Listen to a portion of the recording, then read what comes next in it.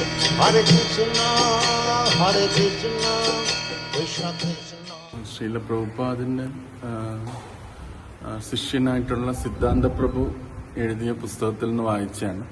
അപ്പം അതിൽ മുതിർന്ന ശിഷ്യന്മാരും പ്രഭുപാദും തമ്മിലുള്ള ബന്ധത്തെക്കുറിച്ചാണ് പറയുന്നത്. അപ്പം അതിലെ ഒരു ഡിവോട്ടിയാണ് ബ്രജഹരിദാസ് എന്ന് പറഞ്ഞൊരു ഡിവോട്ടി. അദ്ദേഹം ലണ്ടനിലുണ്ടായിരുന്നൊരു ഡിവോട്ടിയാണ്. അപ്പം ആദ്യകാലത്ത് ശ്രീല പ്രഭുപാദ് കൃഷ്ണബോധം പ്രചരിപ്പിച്ചത് അമേരിക്കയിലാണ്. അമേരിക്കയിൽ പ്രചരിപ്പിച്ചിട്ട് 3-4 വർഷം കഴിഞ്ഞിട്ടാണ് പിന്നെ യൂറോപ്യൻ കൺട്രീസിലേക്ക് വന്നത്. അപ്പം എപ്പോഴും അമേരിക്കൻ ശിഷ്യന്മാരാണ് പ്രഭുപാദിന്റെ മൂവ്മെന്റിലെ സീനിയേഴ്സ് ആയിട്ടുള്ളത്. ബാക്കിയുള്ളിടത്തെല്ലാം അവർ ജൂനിയേഴ്സാണ്.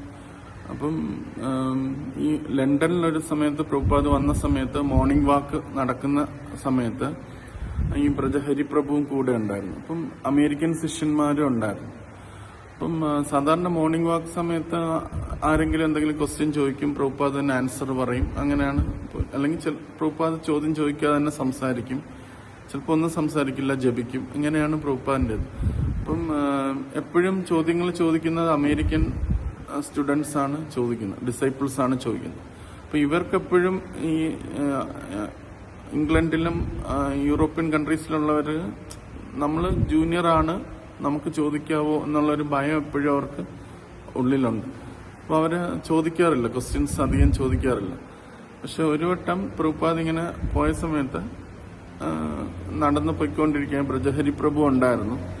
ആ സമയത്ത് പ്രഭുപാദ് ഇങ്ങനെ ഒരു പാർക്കിലൂടെ നടന്നപ്പം ആ പാർക്കിലെ ബെഞ്ചിൽ കുറെ ഹിപ്പീസ് കിടന്ന് ഉറങ്ങുന്നുണ്ടായിരുന്നു. അവര് മദ്യമൊക്കെ ഉപയോഗിച്ച്, രാത്രി മദ്യമൊക്കെ ഉപയോഗിച്ചിട്ട് രാവിലെ കിടന്ന് ഉറങ്ങിക്കൊണ്ടിരിക്കുകയാണ്. പ്രഭുപാദ് അവരിങ്ങനെ പാസ് ചെയ്ത് പോയ സമയത്ത് ബാക്കിയുള്ള ശിഷ്യന്മാരെ നോക്കിയിട്ട്, നിങ്ങൾക്ക് വളരെ ഭാഗ്യമുള്ളത് കൊണ്ടാണ് നിങ്ങൾക്ക് ഈ മൂവ്മെന്റിൽ വരാൻ പറ്റിയത് എന്ന് ഇങ്ങനെ പ്രഭുപാദ് ശിഷ്യന്മാരോട് ഇങ്ങനെ പറഞ്ഞു. എന്നിട്ട് പ്രഭുപാദ് അത് പറഞ്ഞിട്ടെങ്കിൽ മുന്നോട്ട് പോയി. ഏകദേശം ഒരു 100 യാർഡ് കഴിഞ്ഞപ്പോഴത്തേന് ബ്രജഹരി പ്രഭുവിന് മനസ്സിലിങ്ങനെ ഒരു സംശയം, ഈ ഭാഗ്യം എന്ന് പറഞ്ഞാൽ എന്താണ് എന്നുള്ളത്. അതിങ്ങനെ ഒരു പകിട കളിക്കുമ്പം വീണ് കിട്ടുന്ന ഒരു നമ്പർ പോലെയാണോ ഈ ഭാഗ്യം, കുറച്ചു പേർക്ക് മാത്രം കിട്ടുന്നതാണോ ഈ ഭാഗ്യം, അങ്ങനൊരു ഡൗട്ട് ബ്രജഹരി പ്രഭുവിന് ഉണ്ടായി. പക്ഷെ അദ്ദേഹത്തിന് ചോദിക്കണോ വേണ്ടയോ എന്നുള്ളൊരു സംശയം ഉണ്ടായിരുന്നു.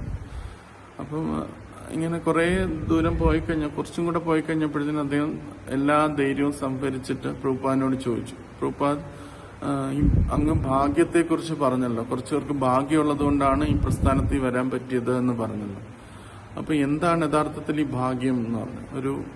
ഒരു ചാൻസ് ആണോ, ബൈ ചാൻസ് കിട്ടുന്ന ഒരു കാര്യമാണോ ചോദിച്ചു. എന്നിട്ട് അദ്ദേഹം തന്നെ പറഞ്ഞു, പ്രഭുപാദ് അങ്ങ് പല ലെക്ചേഴ്സിലും പറഞ്ഞിട്ടുണ്ട്, ഒരു കാര്യവും ചാൻസ് കൊണ്ട് വരത്തില്ല, എല്ലാത്തിനും ഒരു കാരണം ഉണ്ടെന്ന് പറഞ്ഞിട്ടുണ്ട് എന്ന് പറയുകയും ചെയ്തു.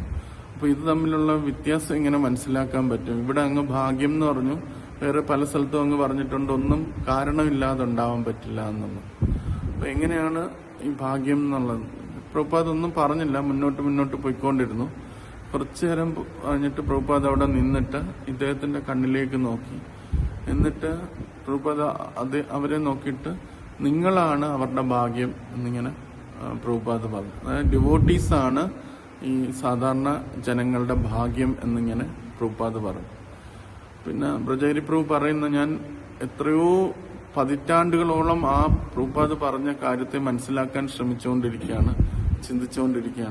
എന്നിട്ട് അദ്ദേഹം ഒരു കാര്യം പറയുന്നുണ്ട്, പ്രഭുപാദ് പറഞ്ഞില്ല ഞാനാണ് നിങ്ങളുടെ ഭാഗ്യം എന്ന് പ്രഭുപാദ് പറഞ്ഞില്ല, നിങ്ങളാണ് ഭാഗ്യം എന്നാണ് പറഞ്ഞത്. അതായത് പ്രഭുപാദാണ് ഇവിടെ നമുക്കെല്ലാം തന്നത്, പക്ഷെ പ്രഭുപാദ് അത് ക്ലെയിം ചെയ്യുന്നില്ല, നിങ്ങളാണ് ഭാഗ്യം എന്നാണ് പ്രഭുപാദ് പറഞ്ഞത്. അപ്പൊ അദ്ദേഹത്തിന്റെ സാക്ഷാത്കാരം പറയുന്നത്,